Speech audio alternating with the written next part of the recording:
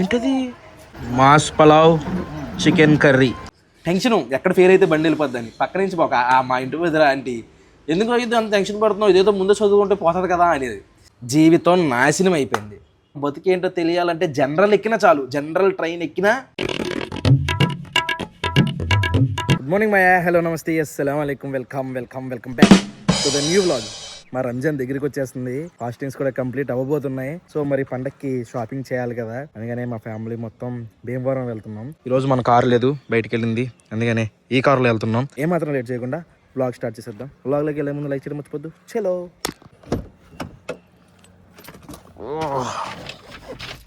Nexon చాలా రోజులైంది తోలి. టాటా కార్స్ కి ఎంతమంది ఫ్యాన్స్ ఉన్నారు కింద కామెంట్ చేయండి. నాకు కూడా టాటా కార్ అంటే చాలా ఇష్టం. టాటా ఒకటి, మహేంద్ర ఒకటి, తోపు కార్లు. మన ఇండియా కంపెనీలు కదా, సూపర్ బాడీ బిల్డ్ క్వాలిటీలు.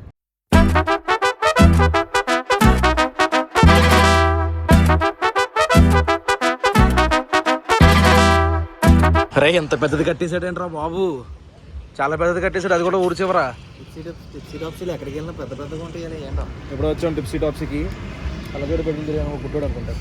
బాబా చాలా హడావిడి ఉంది. ఇప్పుడు ఇన్ని బట్టలు ఉంటే ఏం కొనుక్కోవాలి అర్థం కాదురా, బట్టలు లేకపోతే లేవంటాం. ఏవి నచ్చవు కూడా ఇన్నట్లు. టిప్సీ టాప్సీలు ఏం నచ్చలేదు మాకు, అందుకనే ఇబాక్ వచ్చాము. ఫైనల్లీ నేనైతే కొనేసా. ఏం కొన్నాను ఏంటి అని పండక్కే చూపిస్తాను, ఇప్పుడు చూపిస్తాను అనుకోండి, మళ్ళీ అప్పుడు థ్రిల్ ఉన్నది కదా. షాఫియా బాల్ కిందకి వెళ్ళిపోయింది, మంచం కిందకి వెళ్ళిపోయింది. దిగు తీసుకురా, ఇంకో ఇది వెళ్తుంది చూడు, దీది వెళ్తుంది చూడు మంచం కిందకి. జాగ్రత్త ఆఫియా, బూచుంటా జాగ్రత్త, స్లోకి వెళ్ళు, బూచు వచ్చేద్ది లేకపోతే. నల్లగా చీకట్లో ఉంది చూడు. భయం లేదు మీ అక్కకి. అన్నం పెట్టుకు ఎలారా.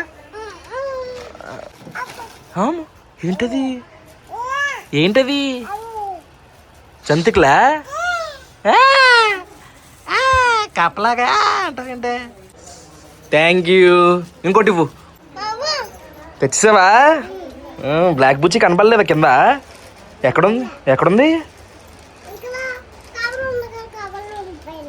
కవర్లో ఉందా బ్లాక్ బుచ్చి? కవర్లో ఉండడం ఏంటే బాబు. Thank you, thanks. ఇంకోటి ఇవ్వు. Thank you. నాకు బాము కంట స్పెషల్గా ఏమైనా ఉంటాయి సాఫియా? మాస్ పలావ్ చికెన్ కర్రీ, సోనా మసూరి రైస్తో చేస్తారు పలావ్, బాగుంటుంది. 2 ముక్కని రైస్ పెట్టుకుని.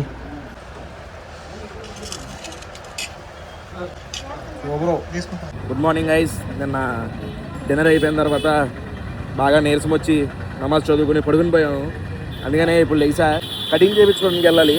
జుట్టు చూడండి ఎక్కువైపోయింది, పండుగ వచ్చేస్తుంది అసలే, అందుకే కటింగ్ చేయించుకోవడానికి వచ్చా. 10th క్లాస్ ఎగ్జామ్స్ జరుగుతున్నట్టున్నాయి, పేరెంట్స్ అందరూ గేట్ల బయట నిలబడ్డారు పాపం. ఎలా ఉంది కటింగ్? బాగానే ఉంది కదా? బాగానే చేశాడు. చాలా రోజుల నుంచి మీతో మాట్లాడదాం అనుకుంటున్నాను, కానీ కుదరట్లేదు. మాకు రంజాన్ సీజన్ కదా, కొంచెం హడావిడిగా తిరగడం, వ్లాగ్స్ కోసం అటు ఇటు వెళ్ళడం, భీమవరం వెళ్ళడం, ఇంటి దగ్గర చేయడం, ఫుడ్ వీడియోలు చేయడం, ఫుడ్ వండుకోవడం, ఆఫియాల దగ్గరికి వెళ్ళడం, షాఫియా దగ్గరికి వెళ్ళడం, మనోమన్ గాడి, ఈ హడావిడి సరిపోతుంది. మనస్ఫూర్తిగా మాట్లాడి చాలా రోజులైంది.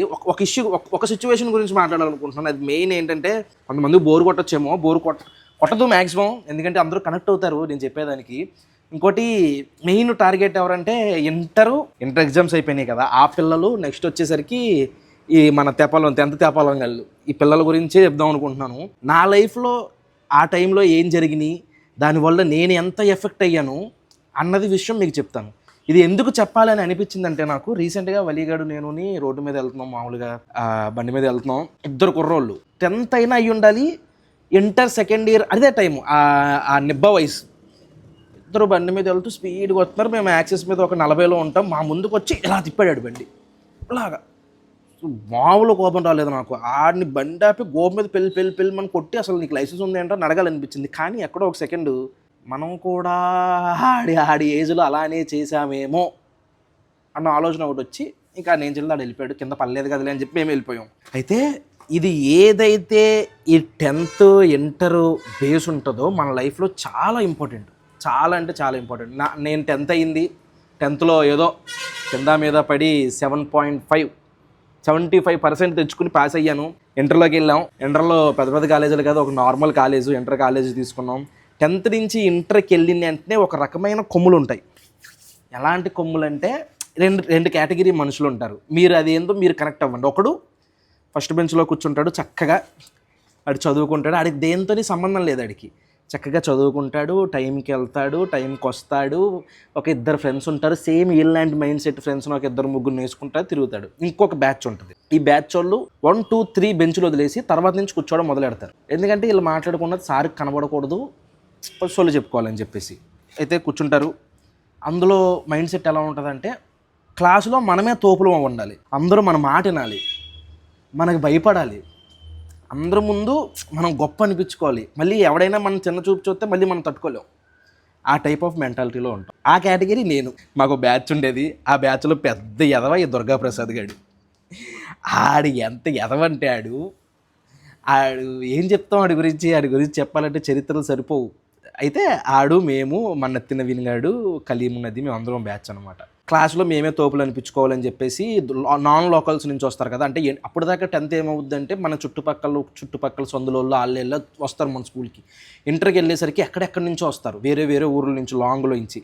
మనం లోకల్ అనుకో, మనకు కొంచెం ఒక రకమైన పొగరు ఉంటుంది లోకల్స్ అని. వీళ్ళు ఎక్కడి నుంచి వచ్చారు అంటే వాళ్ళు సైలెంట్గా ఉండాలన్నమాట. వాళ్ళ క్లాస్లో అల్లరి చేయకూడదు, అరవకూడదు, మందే పై చెయ్యి ఉండాలన్న యాటిట్యూడ్లో ఈ లోకల్ కుర్రోళ్ళు ఉంటారు. మేము కూడా ఇంచుమించు అలాగే ఉండేవాళ్ళు. వాళ్ళని తక్కువ చేసి చూడడం, వాళ్ళని ఎదవలు చేయడం, వాళ్ళు తిట్టడం, కొట్టడం, వాళ్ళ మీద జోకేయచ్చు, మన మీద వాళ్ళు జోకేస్తే ఊరుకునేవాళ్ళం కాదు. అలాగే అయిపోయింది. ఇంటర్ కూడా ఫస్ట్ ఇయర్ ఎలాగోలా పాస్ అయిపోయాను. సెకండ్ ఇయర్ వచ్చింది. సెకండ్ ఇయర్లో కరెక్ట్గా చివరికి వచ్చింది. అంటే మనం రేపు ఎగ్జామ్ అనగా ఈ రోజు నైట్ ఏదో ఒకటి చదివేసి రాసేసి పాస్ అయిపోయే టైప్. ఇంటర్లో ఒక్క సబ్జెక్ట్ కూడా ఆగలేదు, పాస్ అయిపోయా. సెకండ్ ఇయర్ ఎగ్జామ్స్ రాసేసాను, రిజల్ట్స్ రావాలి. అయితే రిజల్ట్స్ వచ్చే 2 రోజుల ముందు మా నాన్న వాళ్ళ ఫ్రెండ్ దగ్గర బండి, రాయల్ ఎన్ఫీల్డ్ థండర్ బర్డ్ బండి ఉంటే ఆ బండి తీసుకొచ్చి కింద పెట్టారు, కొన్నారు. ఇప్పుడు నేను పాస్ అయ్యాను అనుకోండి, ఆ బండి నాకు వస్తుంది. అదే ఫెయిల్ అయ్యాను అనుకోండి, వెనక్కి వెళ్ళిపోద్ది. ఎలా రాసామో మన ఎగ్జామ్, మన ప్రతాపం మనకు తెలుసు కదా. నాకు డౌటు. రిజల్ట్స్ రోజు ఇలాగే మెట్ల మీద కూర్చున్నాను. ఇటుపక్క ఒక అపార్ట్మెంట్లో ఉండేవాళ్ళు, ఇటుపక్క ఒక ఫ్లాట్, ఇటుపక్క ఒక ఫ్లాట్, మాది ఇటుపక్క, ఇంకో ఆంటీ వాళ్ళది కుడిపక్క. నేను మెట్ల మీద కూర్చున్నాను. నదీమా వాళ్ళు కూడా మా ఇంట్లోనే ఉన్నట్టున్నారు. అప్పుడు నా చేతులు ఎలా వణికేది రిజల్ట్స్ చూస్తుంటే. టెన్షను, ఎక్కడ ఫెయిల్ అయితే బండి వెళ్ళిపోద్దని. పక్క నుంచి మా ఇంటి మీద ఆంటీ, ఎందుకు అయితే అంత టెన్షన్ పడుతున్నావు, ఇదేదో ముందే చదువుకుంటే పోతుంది కదా అనేది. నాకు అసలే కోపం వచ్చేస్తుంది. అమ్మ చదువుకొని ఉంటే పక్క నుంచి ఈవిడ ఇళ్ళల్లో పడుతుంటే ఇంకా కోపం వస్తుంది. చక్కగా హాల్ టికెట్ కొట్టాను, లోడ్ అవుతుంది. రిజల్ట్స్ వచ్చినాయి. ముందు మార్కులు చూడలేదు నేను. పీపీ అని ఉన్నాయో లేదో చూశాను, పాస్ అని. అన్నీ పాస్ అయిపోయాను. సూపర్ బాబు పాస్ అయిపోయాను అనుకున్నాను. కానీ ఫిజిక్స్ పాసే. 21 వస్తే పాసు, 20 వస్తే ఫెయిల్. కరెక్ట్గా 21 వచ్చింది. దేవుడి దయ వల్ల పాస్ అయిపోయాను. ఇంటి కింద బండి ఉండే, సూపరు. నెక్స్ట్ ఎంసెట్కి వెళ్ళాలి. మనకి ఎంసెట్ ఏంటి, ఈసెట్ ఏంటి, నాకు అసలు AIEEE ఏంటి ఏమీ తెలియదు. అసలు వాటి ఎగ్జామ్స్ కూడా లోకల్లో వెళ్ళేవాడిని కాదు. ఏదో బాలకృష్ణ B, చిరంజీవి C, అల్లు అర్జున్, ఇలాగా ఎవడ ఈ సినిమా హీరో ఫేవరెట్ అయినో, లేకపోతే ABCD అని కిందకి ఇలాగ డిజైన్లు వేసుకునేవాళ్ళం మేము క్లాస్లో కూర్చుని. నాకు ఎందుకంటే నాకు తెలియదు బీటెక్ చదివితే ఏమవుతుంది, డిగ్రీ చదివితే ఎందుకు వస్తుంది అని చెప్పి. ఎందుకు తెలియదు అంటే, మా నాన్న దగ్గర ఎంతో కొంత డబ్బులు ఉండేవి అప్పుడు. పర్లేదు, డబ్బుల్లోనే పెరిగాం. మా నాన్న ఫ్రెండ్స్ కూడా బాగా బలిసిన వాళ్ళు. సో మనకేముంది, ఏమైనా తేడా వస్తే బిజినెస్ చేసుకోవచ్చు, లేకపోతే నాన్న బతకట్లేదని నాన్నలో బతికేద్దాం అని అనుకునేవాడిని. లెక్క చేయలేదు. వెళ్ళి రాశాను, ఎంసెట్ ఫెయిల్, దొబ్బింది. డిగ్రీలో జాయిన్ అయ్యాను, విజయవాడ PV సిద్ధార్థలో జాయిన్ అయ్యాను. జాయిన్ అయితే నేను, కలీం గాడు, నవీన్ గాడు. నవీన్ తెలుసు కదా మీకు, విజయవాడలో ఆడు వెళ్ళేవాళ్ళం కాలేజీ. ఇంకోటి ఉండేవాడు, 2 బళ్ళు వేసుకున్నాను. నా దగ్గర రాయల్ ఎన్ఫీల్డ్ థండర్ బర్డ్ ఉండేది కదా. అప్పుడు దాకా ఇంటర్ దాకా మా అమ్మ డైలీ క్యారేజీ తీసుకొచ్చి 10 రూపాయలు వేసేది. అందులో 10 రూపాయలతో ఏదో ఒకటి కొనుక్కొని తినేవాడిని. కానీ ఇంటర్కి వెళ్ళేసరికి 100 రూపాయలు ఇవ్వడం మొదలుపెట్టేది. మన చేతిలో డబ్బులు ఉండేవి, చేతిలో బండి ఉండేది, వెనక ఫ్రెండ్ ఉండేవాడు. ఏంట్రా మందే హడావిడి అంత, అసలు మనల్ని ఆపేవాళ్ళు లేడు, మనల్ని పీకేవాళ్ళు లేడు. ఇంకా వచ్చేస్తాయి. అప్పుడే మెచ్యూర్ అవుతాం, అప్పుడే బుర్ర సెట్ అవుద్ది. మంచి అందమైన అమ్మాయితో మాట్లాడాలి, మన ఫ్రెండ్ అనిపించుకోవాలి, అమ్మాయిలతో తిరగాలి, ఫ్రెండ్షిప్ చేయాలి అని ఉంటుంది అన్నమాట మైండ్ సెట్. వెళ్ళాను, డిగ్రీలో జాయిన్ అయ్యాను. నేను, నదీం, కలీం గడు ఇలా స్టైల్గా వెళ్ళేవాళ్ళు. అక్కడ దాకా వెళ్ళి కాలేజీ చూసేసరికి వెళ్ళాలంటావా కాలేజీకి ఇప్పుడు అని ఆలోచించి, అక్కడి నుంచి ఒకరోజు బీచ్కి వెళ్ళేవాళ్ళం, ఒకరోజు బందర్ రోడ్లో తిరిగేవాళ్ళం, ఒకరోజు ఫ్రెండ్ రూమ్ ఖాళీ అయితే అక్కడికి వెళ్ళేవాళ్ళం. క్లాస్కి వెళ్ళేవాళ్ళం, కొన్నిసార్లు క్లాస్కి వెళ్ళి గ్రౌండ్కి వెళ్ళిపోయేవాళ్ళం, క్లాస్కి వెళ్ళకుండా పీరియడ్కి అటెండెన్స్ ఉంటుంది అనమాట. చెప్పాను కదా, ఇది మనం తోపులను ప్రూవ్ చేసుకోవాలి అది ఇది అనే ప్రాసెస్లో ఒకరితో గొడవ అయింది. ఆ గొడవ కాస్త పోలీస్ స్టేషన్ దాకా వెళ్ళింది. మన బతుకు ఎప్పుడు బయటపడిద్దో తెలుసా? అప్పుడు దాకా మనం తోపులు మనం తురుములు ఇదేంటి అనుకుంటాం. మన బతుకు ఎప్పుడు బయటపడుతుంది అంటే, 1 పోలీస్ స్టేషన్కి వెళ్ళినప్పుడు, 2 హాస్పిటల్కి వెళ్ళినప్పుడు. ఈ 2 విషయాల్లో మన బతికేంటి, మనం ఎక్కడ ఉన్నాం, మన రేంజ్ ఏంటి అనేది అర్థమైపోద్ది. నాకు అర్థమైపోయింది. దాంతో మొత్తం కొంచెం నాలెడ్జ్ వచ్చింది, కొంచెం బుర్ర వచ్చింది. అరే ఇది కాదు బతుకు, బతకాలంటే డబ్బు ఉండాలి, ఉద్యోగం ఉండాలి, మన ఫ్యామిలీలు ఏం బలిసినవి కాదు అని చెప్పేసి ఇంకా అయిపోయింది. ఇక్కడికి వచ్చేసాం. ఇక్కడ డిఎన్ఆర్ కాలేజీలో జాయిన్ అయ్యాం. జీవితం నాశనం అయిపోయింది. ఉద్యోగం రాదు మనం చదివిన చదువుకి. వచ్చిన 25,000 30,000కే జీతం వస్తుంది.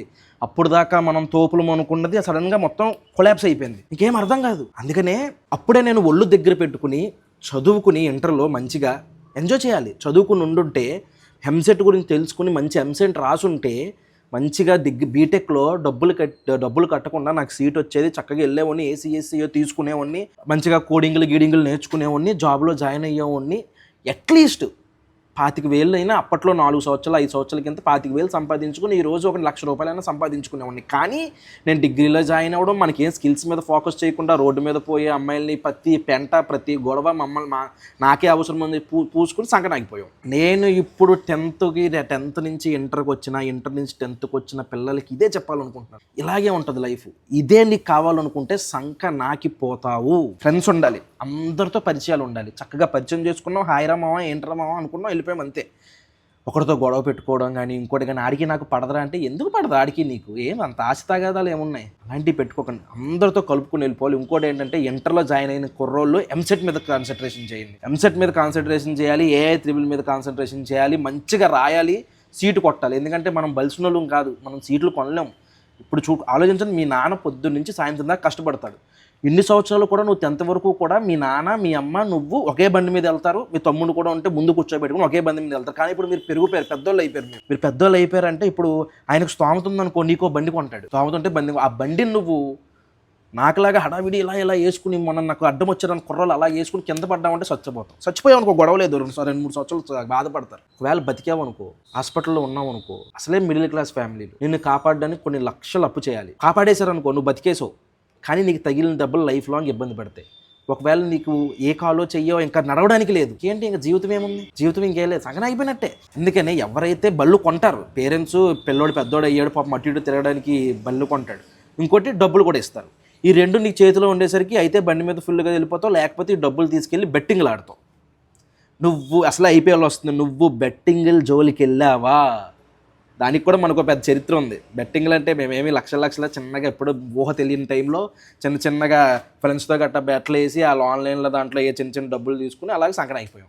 ఎంతో కాదు, ఒక 20,000 ఎంతో అప్పట్లో. ఎందుకంటే ఇవన్నీ చేసే వచ్చాం మేము ఇక్కడ దాకా. మీకు ఇది సొల్లు అనిపించవచ్చు, కానీ ఇలాగే జరుగుద్ది మీకు కూడా. క్లాస్లో కూర్చునే వాళ్ళు, ఇంకా మేము క్లాస్కి వెళ్ళినప్పుడు టీచర్ చెప్పేది మాకు అర్థం అయ్యేది కాదు. అర్థం అవ్వలేదు మేడం అని మళ్ళీ అడగడానికి సిగ్గు.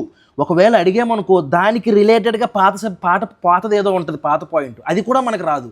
ఎక్కడ అడిగితే అది రాదని చెప్పి తిడతారేమో అని భయంతో అడిగేవాళ్ళం కాదు. కానీ మీ చేతిలో ఇప్పుడు ChatGPT ఉంది.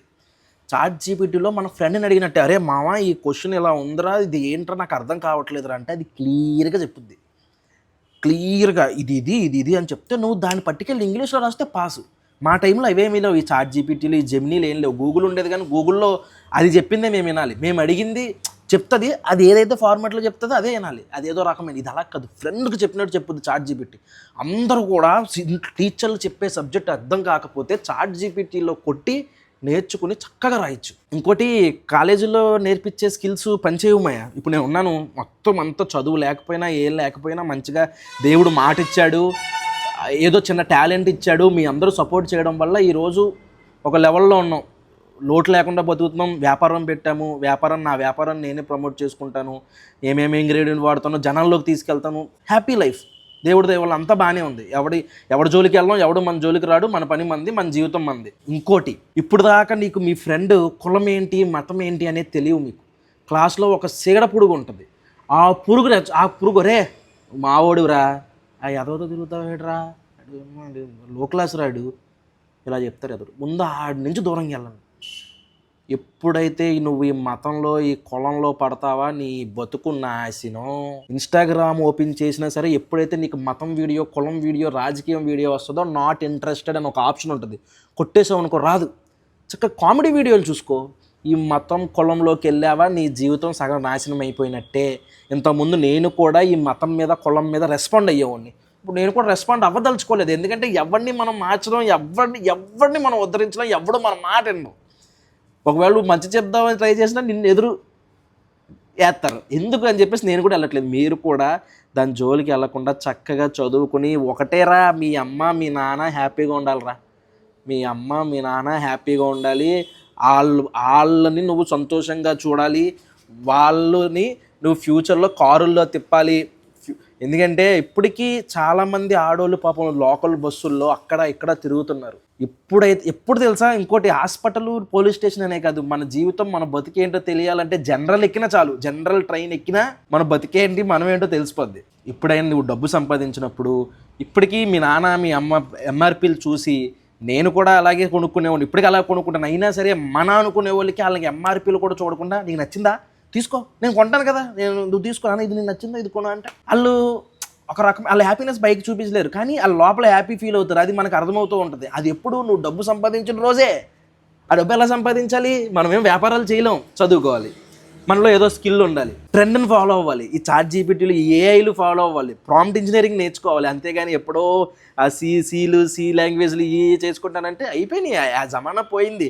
ట్రెండ్కి తగ్గ చదువు ఉండాలి. ఒక్కడైనా ఈ నేను చెప్పిన ఏవైతే మీ మైండ్లోకి థాట్లు వచ్చినాయో, ఒరే టైగర్ మైగడ్ చేసే సంకన ఆగిపోయాడరా, మనం చేయకూడదురా, మనం అందరం కలుపుకుని వెళ్ళిపోవాలి, చదువుకోవాలి, నాలెడ్జ్ బిల్డ్ చేసుకోవాలి అన్న ఆలోచన ఉన్న రోజు బాగుపడతాం. ఒక్కడ మారినా చాలు నా వల్ల. అందుకని నేను ఈరోజు ఇలా కూర్చొని చెప్పదలుచుకున్నాను. ఒకటే గుర్తుపెట్టుకోమయ్యా, నువ్వు సక్సెస్ అవ్వాలి. నీ చుట్టుపక్కల వాళ్ళు ఉన్న వాళ్ళందరినీ కూడా సక్సెస్గా తీర్చిదిద్దాలి. నువ్వు అది చేసావంటే వాళ్ళ దువా, వాళ్ళ ఏదైతే వాళ్ళ ప్రేయర్స్, వాళ్ళు మంచి కోరుకుంటారో అదంతా నీ మీద ఉండి నువ్వు ఎప్పటికీ బాగుంటావు. అది చాలా సోళ్ళు చెప్పేసినట్టున్నాను. ఎంత వచ్చిందో ఏంటో చూసుకోవాలి. ఇంటర్ పిల్లలు ఉన్న వాళ్ళు పేరెంట్స్ కూడా ఈ వీడియో షేర్ చేయండి, చూడమని చెప్పండి. ఒక్కళ్ళు మారినట్టే.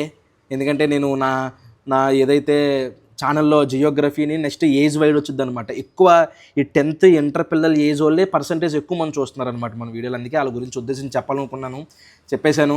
ఈ వీడియోకి నాకు వ్యూస్ రాకపోయినా పర్లేదు, ఒక్కళ్ళిద్దరు మారినా చాలు. ఏదో ఊర్లో రెస్టారెంట్కో, భీమవరం రెస్టారెంట్కో వెళ్ళి వీడియో చేసి నాకు వ్యూస్ వచ్చేస్తే డబ్బులు వస్తాయి. నాకు డబ్బులు రాకపోయినా, వ్యూస్ రాకపోయినా పర్లేదు ఈ వీడియో. కానీ ఎవడైనా ఇంటర్ పిల్లలు 10th పిల్లలు ఇదే టైంలో మారాలన్న ఉద్దేశంలోనే ఈ వీడియో చేశాను. సొల్లురా అనుకునే వాళ్ళు ఆల్రెడీ వెళ్ళిపోయి ఉంటారు. ఇక్కడ దాకా నువ్వు చూసావంటే నువ్వు ఎప్పటికైనా మారతావని అనుకుంటున్నాను. ఏజ్తో సంబంధం లేదు సక్సెస్ అవ్వడానికి. ఇంటర్ 10th వాళ్ళనే కాదు, ఎవడైనా సక్సెస్ అవ్వచ్చు. అది మరి మ్యాటరు.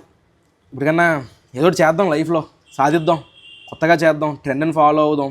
దాకా వీడియో చూసారంటే లైక్ చేయడం మర్చిపోద్దు. మళ్ళీ రేపు పొద్దున 8 ఇంకొక వ్లాగ్లో కలుద్దాం. అప్పుడు ఉంటాను మరి. జై హింద్.